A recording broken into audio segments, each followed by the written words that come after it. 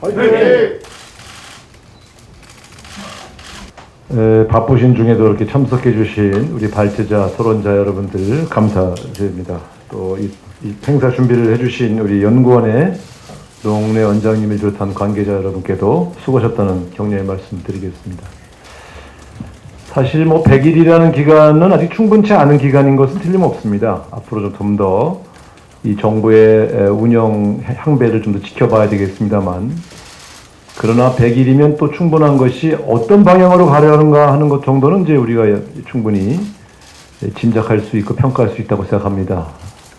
오늘 이 토론회를 준비한 것은 여러 가지 지적도 하고 비판도 하겠습니다만은 윤석열 정부가 좀 잘 성공하기를 바라는 마음입니다. 정권이 잘 가야 국민들이 편안하고 또 국민들이 편안해야 나라가 안정되지 않겠습니까? 그런 측면에서 저희는 윤석열 정부가 좀 올바른 방향에서 국민들에게 도움이 되는 많은 좋은 정책들을 잘 성공시키기를 바라고 있습니다. 그러나 최근 여론조사에서 보여지듯이 100일을 맞이한 윤석열 정부의 성적표는 좀 초라해 보입니다.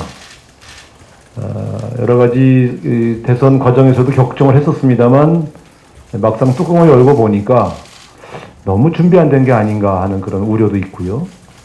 또 내놓은 정책들이 그 정권을 담당하려고 하는 당과 또 대통령실, 정부가 잘 공유하고 있지 못한 것 아니냐 하는 그런 우려도 있고요. 여러 가지 측면에서 좀 걱정되는 바가 많습니다. 그래서 오늘 이 토론회를 통해서 저들 나름대로 잘 분석해서 좋은 대안들을 잘 제시함으로써 대한민국이 좀 더 바른 방향으로 안정되게 가기를 기원 드리려고 합니다.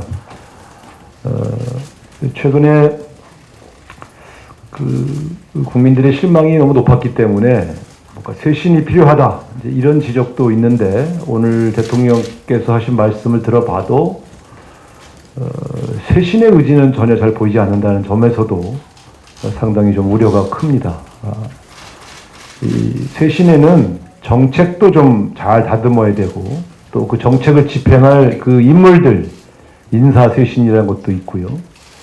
또 대통령의 태도나 집권 세력들의 이 자세도 좀 뭔가 변화가 필요하다, 이런 요구가 많이 있는 것 같습니다. 이런 점들을 좀 잘 정리해서 윤석열 정부가 제대로 된 평가 분석을 통해서 100일 이후에 새로 잘 나갔으면 좋겠다, 이런 충고를 드리고자 합니다. 오늘 좋은 선생님들의 좋은 발제문들, 또 우리만 공유하는 게 아니라 이 정권에서도 좀 잘 참조하시기를 바라는 마음입니다. 네, 수고하셨습니다. 이상입니다. 한 인간의 삶에도 100일의 의미는 각별합니다. 한 사람이 생사의 갈림길을 건너서 사회의 구성원으로 성장해 갈 수 있는 생장의 토대를 구축할 수 있는 그런 인고의 시간이기 때문입니다. 정권의 운명도 이와 다르지 않습니다. 정파를 달리해도 역대 정부 100일에는 격려의 메시지가 주를 이루어왔습니다.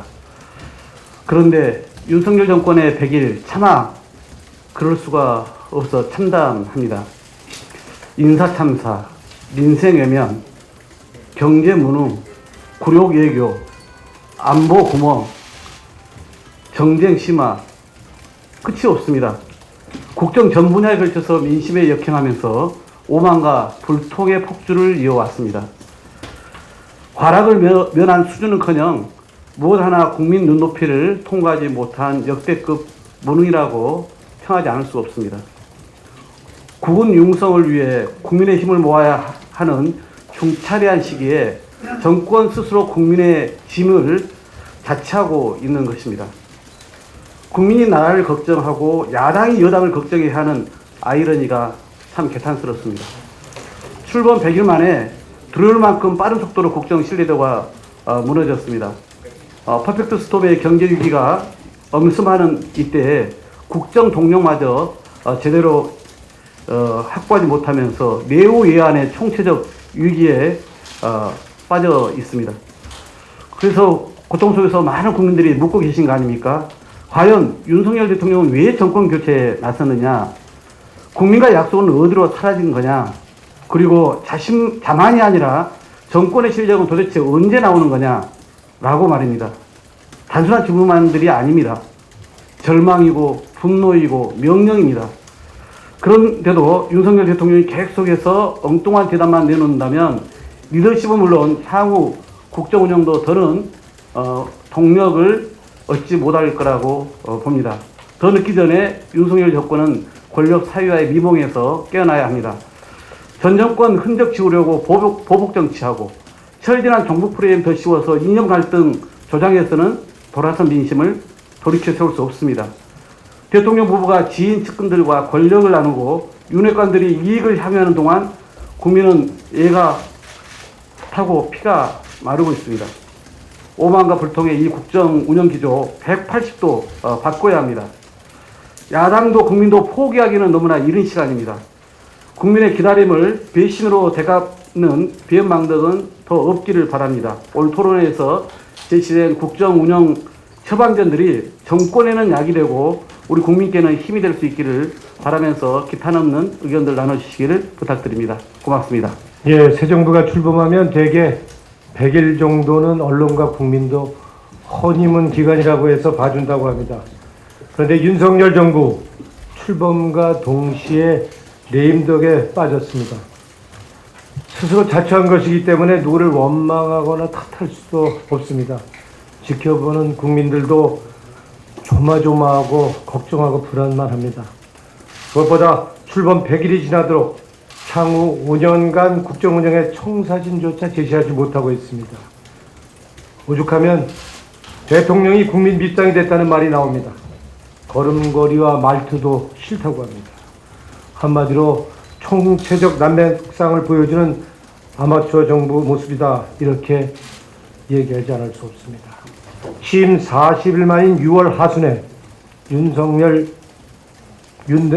대통령의 지지율이 데드크로스를 찍었습니다.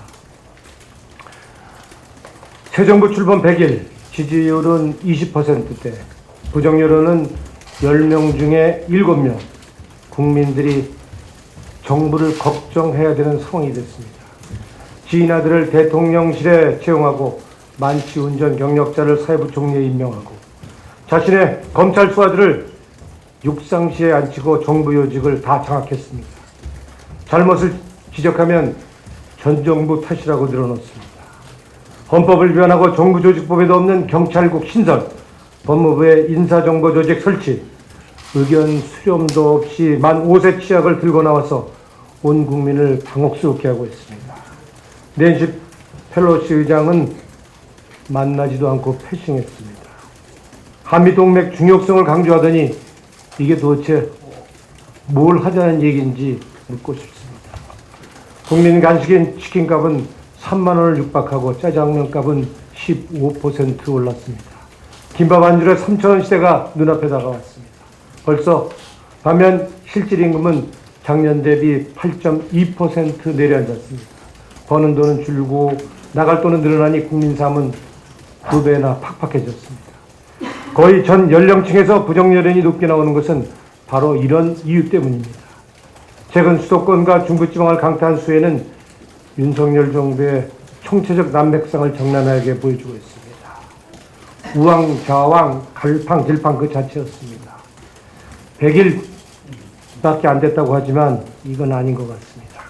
국가적 위기 상황에서 대통령과 참모들이 안 보였습니다. 대통령이 못하면 여당이라도 뒷받침해야 하는데 여당은 내부 권력 다툼으로 허송세월 하고 있습니다. 대통령은 내부 총질 우는 문자를 보내서 당대표 축주를 승인하고 당대표는 원색적으로 대통령을 공격하고 사극에나 나올 만한 장면들을 지켜보면서 국민들은 가슴이 조마조마합니다. 대통령이 국민을 걱정해야 하는데 국민이 대통령을 걱정하는 기막힌 상황입니다.